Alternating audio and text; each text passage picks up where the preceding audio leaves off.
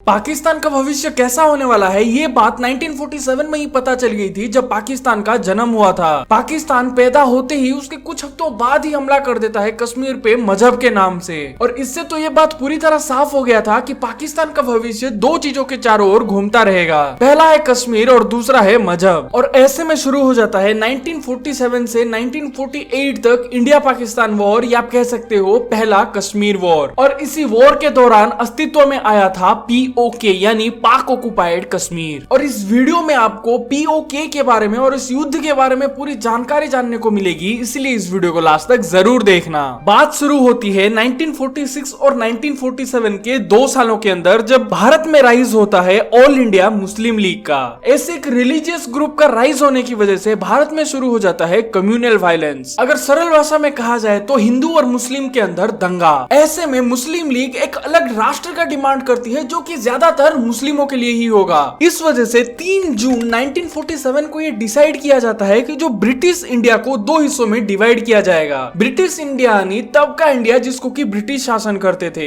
ऐसे में भारत बट के 2 राष्ट्र में कन्वर्ट हो जाता है, एक बनता है भारत और दूसरा बनता है पाकिस्तान। शुरुआत में तो दोनों ही देशों को अथॉरिटी देने का निश्चय किया गया था जून 1948 में, लेकिन बढ़ते हुए कम्युनल वायलेंस को देखते हुए 15 अगस्त 1947 को भारत को इंडिपेंडेंस मिली और उसके एक दिन पहले ही पाकिस्तान का जन्म हुआ। जब भारत को इंडिपेंडेंस मिल रहा था तो सारे स्टेट्स को यह ऑप्शन दिया गया कि वो अपनी मर्जी से भारत या पाकिस्तान से मिल सकते हैं, और स्टेट्स को भारत में मिलाने का जिम्मा दे दिया गया सरदार वल्लभ भाई पटेल को। लेकिन इन सभी के बीच में परेशानी शुरू होती है जम्मू और कश्मीर के एरिया में, क्योंकि वहाँ के राजा थे हरि सिंह और कश्मीर के अंदर दोनों ही जाति के लोग रहते थे, यानी हिंदू और मुस्लिम। और इसी वजह से हरि सिंह के मन में यह दुविधा उत्पन्न होती है कि अगर वो भारत के साथ मिल जाते हैं तो कश्मीर में रहने वाले मुसलमानों को अनकंफर्टेबल फील होगा, और अगर वो पाकिस्तान के साथ मिल जाते हैं तो कश्मीर में रहने वाले हिंदू सेफ फील नहीं करेंगे। ऐसे में हरि सिंह ये डिसीजन लेते हैं कि जम्मू कश्मीर एक अलग राष्ट्र बनेगा, ना ही वो पाकिस्तान के साथ मिलेगा और ना ही भारत के साथ। और ये बात जिन्ना को बिल्कुल भी पसंद नहीं आई, क्योंकि कश्मीर में बहुत सारे मुसलमान रहते थे और उनको ये लग रहा था कि वहाँ के मुसलमान पाकिस्तान को सपोर्ट करते हैं, और इसी वजह से उनको कश्मीर कैसे भी चाहिए था। इसी वजह से पाकिस्तान ने 20 अक्टूबर 1947 को पाकिस्तान के पश्तून ट्राइबल्स को लेके कश्मीर पे हमला करने का प्लान बनाया, और तकरीबन 10,000 पश्तून ट्राइबल के साथ पाकिस्तानी आर्मी भी बेस बदल के उन लोगों के साथ शामिल हो गया। और 22 अक्टूबर 1947 में शुरू होता है पाकिस्तान का हमला। पाकिस्तान 22 अक्टूबर को मुजफ्फराबाद सेक्टर में हमला कर देते हैं। शुरुआत में उनके राजा हरि सिंह को तो ये लगता है कि उनकी स्टेट फोर्स पश्तूनी ट्राइबल्स को हरा देंगी, लेकिन उनको ये नहीं पता था कि उन ट्राइबल्स के साथ पाकिस्तानी आर्मी भी है और उनके साथ आधुनिक हथियारे भी हैं। ऐसे में उनका स्टेट फोर्स ताश के पत्तों की तरह चुटकियों में बिखर गया। उसके बाद 23 अक्टूबर को उन ट्राइबल्स और पाकिस्तानी आर्मी हमला कर देते हैं उरी पे, और यहाँ पे स्टेट फोर्स को खासा नुकसान हुआ, क्योंकि स्टेट फोर्स में जो भी मुसलमान थे वो लोग उन ट्राइबल्स के साथ मिल गए। ऐसे में हरि सिंह को चिंता हो रही थी, क्योंकि अब उनका सीधा टारगेट था उनका कैपिटल यानी श्रीनगर। ऐसे में हरि सिंह मदद के लिए भारत को पुकारते हैं, और 26 अक्टूबर आते आते वो ट्राइबल्स पहुंच चुके थे श्रीनगर तक। कश्मीर का ये हालत देख के भारत भी कश्मीर की मदद करना चाहता था, लेकिन मदद की कंडीशन ये थी कि कश्मीर को भारत के साथ मिलना होगा। अगर ये नहीं होता है तो कश्मीर का मदद भारत नहीं कर पाएगा। ऐसे में धारा 370 जैसे कुछ कंडीशंस के साथ कश्मीर भारत के साथ मिलता है, और जैसे ही कश्मीर भारत के साथ मिलता है, भारत अपनी आर्मी और इक्विपमेंट को एयरलिफ्ट करता है श्रीनगर तक, और भारतीय जवान पाकिस्तानी आर्मी और उन ट्राइबल्स की इतनी धुलाई करते हैं कि वो उसके बाद आगे ही नहीं बढ़ पाए, और ये युद्ध बरसों तक चलता रहा। इस युद्ध से पहले 1945 में गठन हुआ था यूएन का यानी यूनाइटेड नेशंस का, और नेहरू को यह लगता है कि अगर ये मुद्दा यूएन में पेश किया जाए तो शायद यूएन भारत की मदद करेगा। लेकिन ये चीज नेहरू की गलती साबित हुई, क्योंकि यूएन से ये फैसला आया था कि जो भी देश अभी जहां पर भी हैं वो आगे नहीं बढ़ेंगे और वही उनकी बाउंड्री होगी। ऐसे पैदा हो जाता है POK,